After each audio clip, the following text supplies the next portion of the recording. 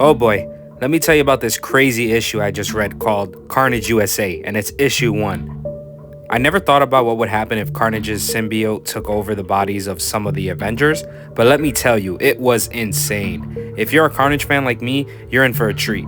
This issue kicks off with a bang, with Carnage going up against Spider-Man and other heroes, and let me tell you, the twist ending had me on the edge of my seat. If you're into action-packed stories with a dark twist, you gotta listen to what I'm about to talk about. Let me paint the picture for you. We start off in the peaceful town of Doverton, Colorado.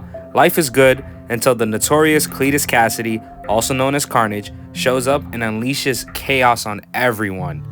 Things take a terrifying turn when a panicked cop rushes home to warn his family about something lurking in the faucets, but he's so worked up that he fails to explain properly, leaving his family, understandably, scared as fuck and bewildered.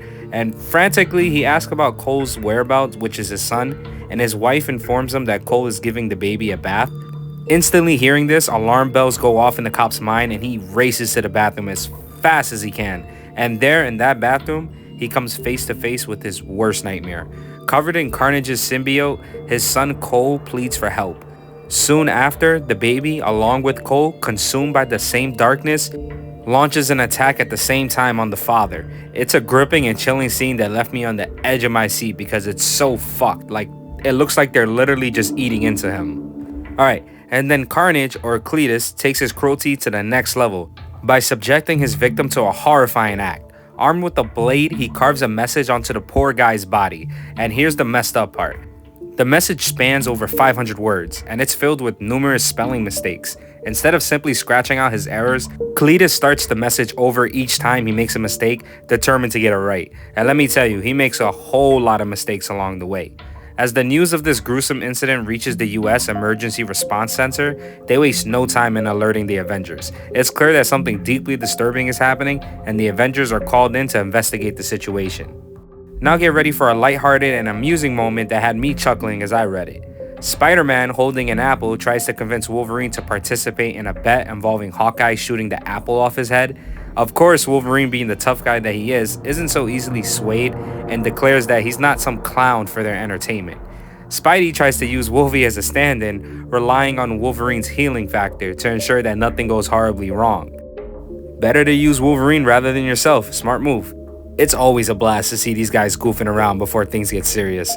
But just as they're having their playful moment, Captain America strides into the room and delivers a grave message.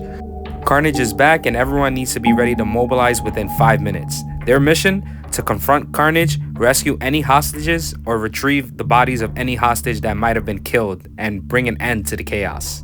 Before they head out, Spider-Man insists on making a call to the Thing, believing that the Thing may possess something valuable that could aid them in this impending disaster. The stakes are high and the heroes are about to spring into action, so they're gonna need it. And yet another hilarious moment, Hawkeye doesn't hold back in expressing his disdain for the Thing joining the team. He openly declares that he's not a fan of the Thing and has grown tired of his antics and constant chatter about stories from Yancey Street and his aunt. It's a comical exchange that I didn't expect from Hawkeye of all people. Even Wolverine is like, what the fuck, bro? Where did that come from? So the Avengers grab Thing up and are on their way to Colorado.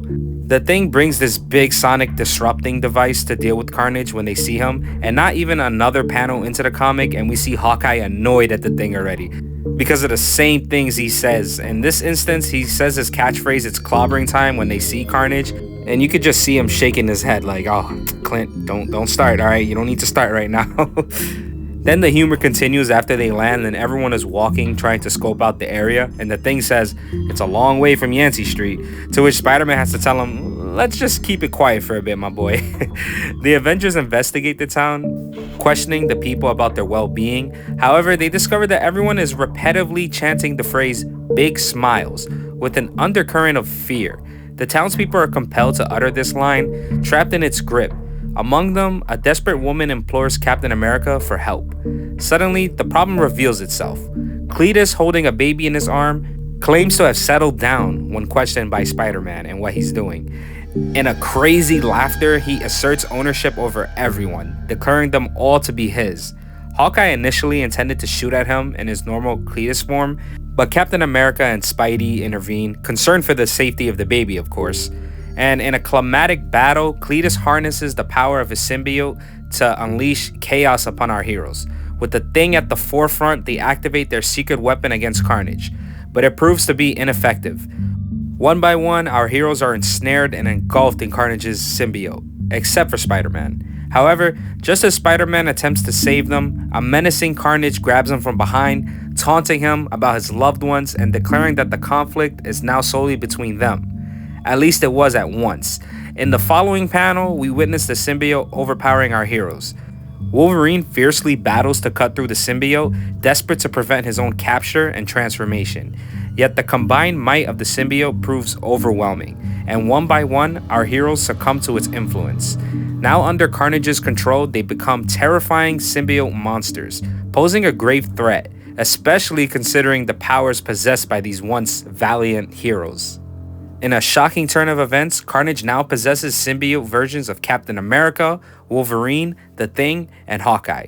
As the issue reaches its conclusion, we are transported to the US Emergency Response Center, where news arrives that Spider-Man has vanished from all communication channels. Concerned and left with no other options, they enact their backup plan, deploying a team of 5 individuals to save the day. This team consists of Venom, Toxic, Hybrid, Scorn, and Anti-Venom, with the symbiote team ready for this crisis. The stage is set for an epic showdown. While each symbiote-infused hero is terrifying in their own right, the prospect of a symbiote Wolverine is chilling as fuck to me. The anticipation of witnessing his unleashed madness in this altered state is making my fucking spine tingle, man. I can't wait to see it. I found this issue to be a cool gem upon my initial reading, providing me with precisely what I desired from a villain like Carnage, which is unadulterated chaos and madness. Moreover, it delivered a delightful twist by the issue's conclusion, surpassing my expectations. Thanks for watching, stay tuned for the next read, please consider liking if you enjoyed the video, it'll really help me out, and sub to the channel. I'm gonna see you guys in the next one.